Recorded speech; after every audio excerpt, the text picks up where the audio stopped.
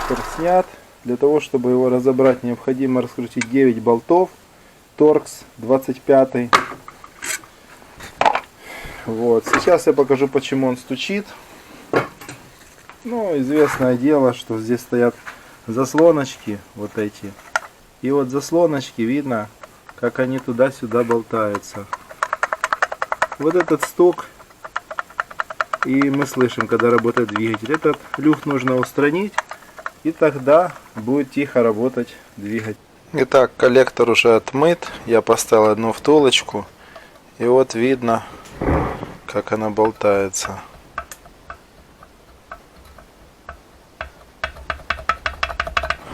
Вот втулочка эта.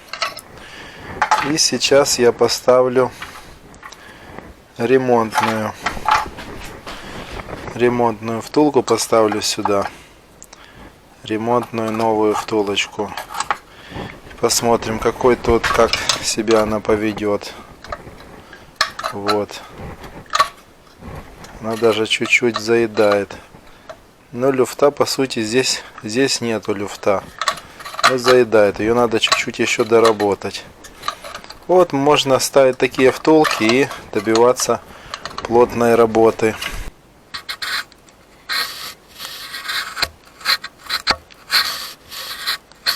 Слышно, как оно двигается, плотненько сделано. Крышка помыта. Я использую вот такой герметик. Нажатием можно добиться выдавливания герметики. Оно очень аккуратно получается. Коллектор намазан. После сборки коллектора нужно проверить, как работает заслонка, двигается или нет. Она должна полностью двигаться. Видно, как много нагара в головке, во впускных трубах. Лучше, конечно, его почистить. Потому что нагара много, внутри будет сыпаться вот эти каналы в головке. Дальше можно ставить прокладку.